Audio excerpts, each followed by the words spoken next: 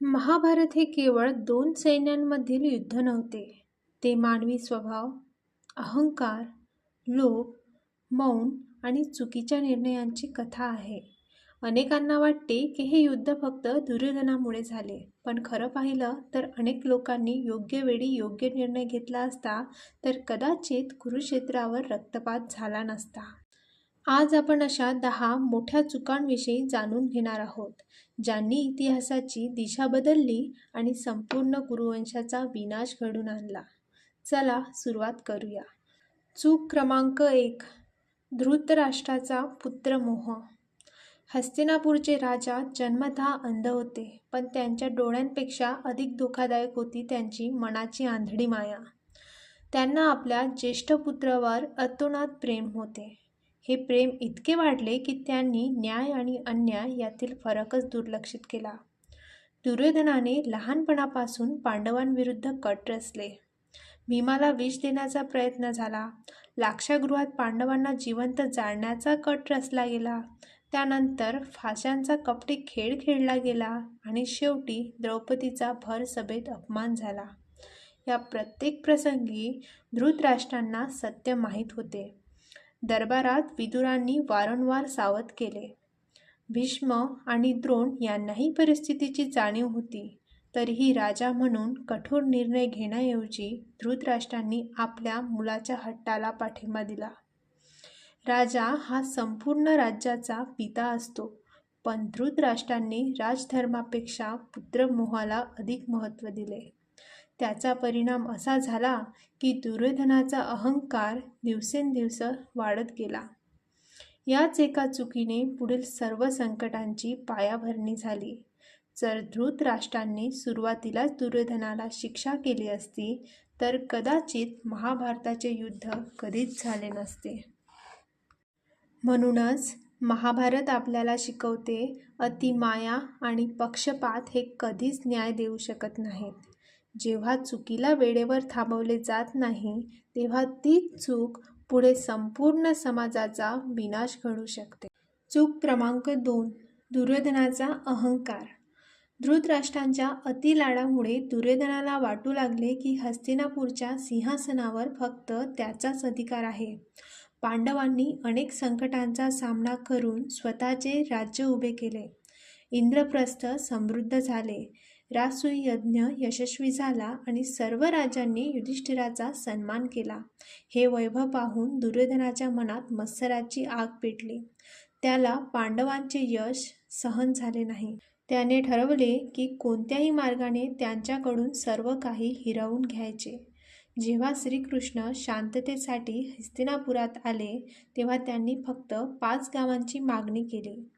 इतकी छोटी मागणी मान्य केली असती तर लाखो योद्ध्यांचे प्राण वाचले असते.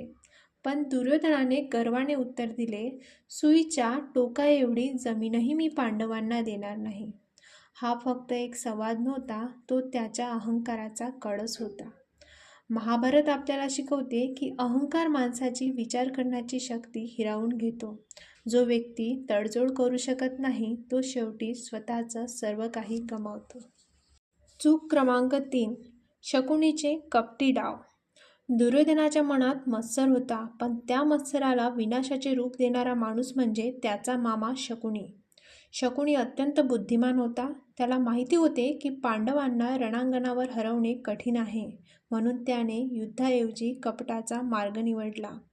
त्याने फास्यांचा खेळ रचला. धर्मराज युधिष्ठिरांना जुगाराचे आमंत्रण देण्यात आले. शकुनीचे फासे साधे नव्हते, ते त्याच्या इच्छेनुसार पडत होते. एकामागून एक युधिष्ठिर आपली संपत्ती, राज्य, भाऊ, स्वतःला आणि शेवटी द्रौपदीलाही हरले. याच खेळामुळे भरसभेत द्रौपदीचा अपमान झाला आणि पांडवांना 13 वर्षाचा वनवास भोगावा लागला. जर शकुनीने हा कपटी डाव रचला नसता तर कदाचित पांडव आणि कौरव यांच्यातील मतभेद इतके टोकाला पोहोचले नसते. महाभारताचा हा प्रसंग सांगतो की बुद्धी ही मोठी शक्ती आहे, पण ती जर कपटासाठी वापरली गेली तर तिचे परिणाम संपूर्ण समाजाला भोगावे लागतात. या चुकांमुळे युद्धाची ठिणगी अधिक भडकली. चूक क्रमांक 4. जुगाराचे आमंत्रण स्वीकारणे. धर्मराज म्हणून ओळखले जाणारे युधिष्ठिर सत्य आणि धर्माचे पालन करणारे होते, पण याच एका क्षणी त्यांच्याकडून मोठी चूक घडली. जुगाराच्या आमंत्रणावर त्यांनी जुगार खेळायला मान्यता दिली. सुरुवातीला फक्त थोडी संपत्ती, पण नंतर ते राज्य, भाऊ आणि स्वतःलाही हरले. त्यावेळी त्यांना थांबण्याची गरज होती, पण दरबारातील कोणीही ठामपणे विरोध केला नाही. परिणाम असा झाला की पांडवांनी सर्व काही गमावले.